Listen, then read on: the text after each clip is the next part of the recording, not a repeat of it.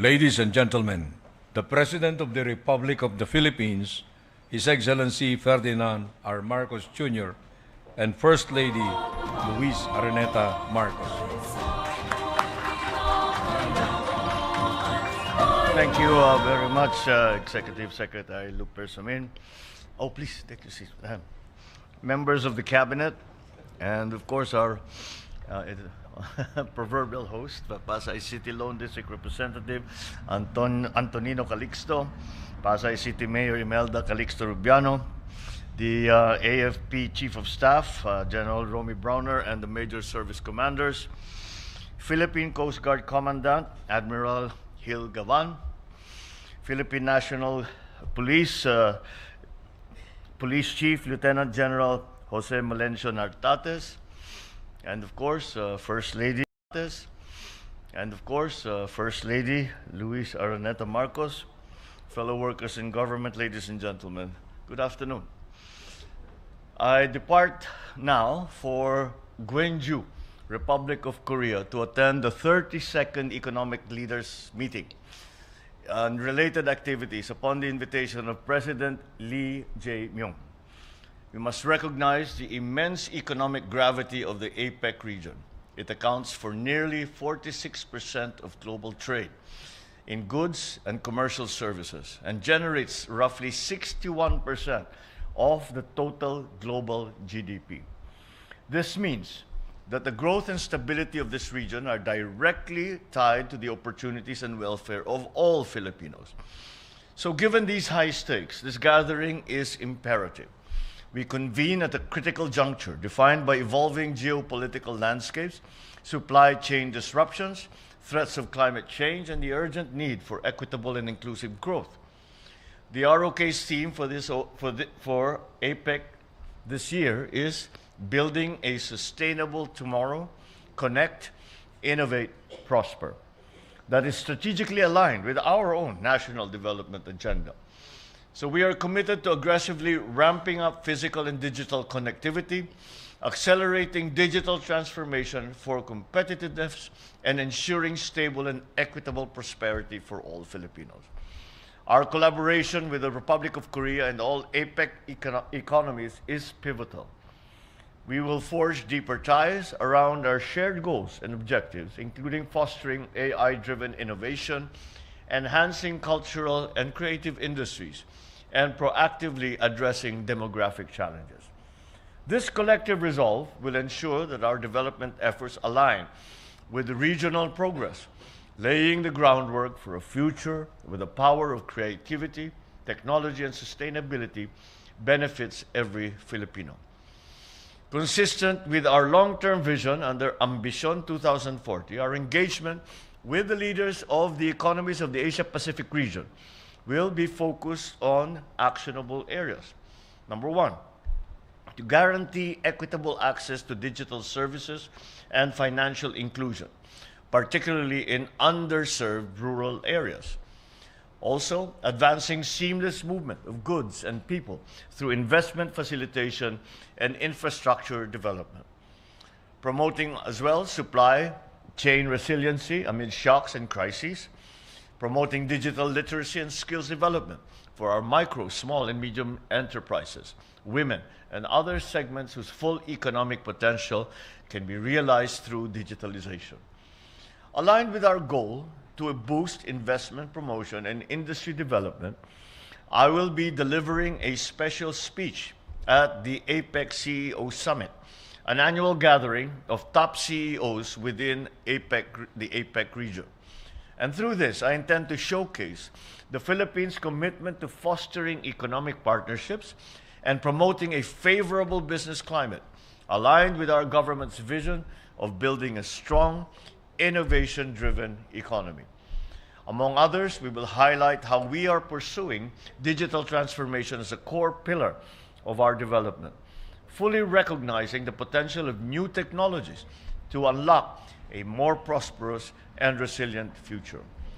Coming from the successful 47th ASEAN Summit this week, we will also lobby for stronger collaboration with regional partners, including ASEAN, in driving and achieving our shared objectives for a sustainable, technologically empowered, and inclusive future. As the chair of ASEAN for 2026, our goal is to impart that working silos impede the region's potential.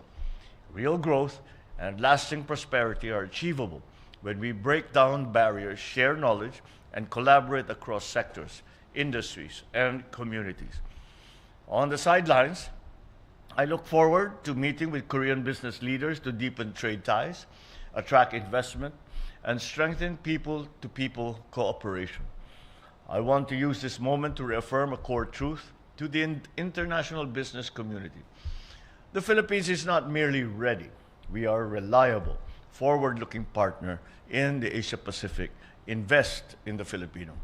I also look forward to meeting our vibrant Filipino community in Busan for the first time, where our fellow countrymen continue to thrive and make meaningful contributions to the city's socio-economic growth, further strengthening the enduring people-to-people. So, alongside our efforts to strengthen the Philippines' regional foothold and attract investment, we continue to cleanse our bureaucracy of corruption, because only a transparent government can build a fair economy. Last October 25, this administration renewed a promise that guides all our actions: to guard every peso entrusted to us and return it to our people in the form of progress they can see and that they can feel. When funds are protected and spent to discipline, prices ease, opportunities grow, and communities thrive. The Department of Public Works is now aligning its project costs with real market prices and reducing these by 50%. So let me be clear, the quality of what we build will not be compromised. The only thing weakened will be corruption. This is the accountability that our citizens deserve. It will not be limited to the public works, but we shall be the norm across all of government. We are reducing costs for 2026 of the FMRs, the irrigation, classrooms, and hospital. In this light, the DepEd, DADILG, DOH, DOTR, NI, and all other relevant agencies shall immediately follow the same pricing system as that of the DPWH. The savings we secure will go where they matter most. The programs that uplift families, support livelihoods, and strengthen communities. Because when our people grow in capability and confidence, the nation grows with them. A government that honors public trust, a nation that stands firm on integrity. This is our promise and real change for Filipino today and for all generations to come.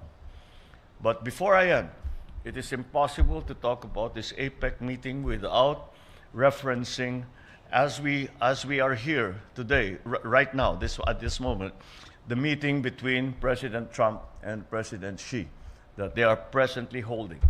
And the results of those meetings will color and influence everything that we will be doing in the APEC meeting. It is, the world is watching, because this is the source of the largest shock that has entered into the world trade system. And we have to see what the agreements will be coming out of these meetings between President Xi and President Trump. Those will certainly color everything that we will be talking about in this APEC, because the agreements or the arrangements that are made between two of the largest economies in the world will certainly affect every single citizen of the world. And so that makes this APEC meeting a much different meeting from all the others that we have attended, because on the sidelines are the decisions being made on how trade is going to be conducted, certainly at least between the two largest economies in the world, but with an effect, with a ripple effect for entire global economy. And so that is what we are looking out for. That is what we need to understand. And that is why the world is watching and waiting, as we are. Maraming salamat at mabuhay tayong lahat.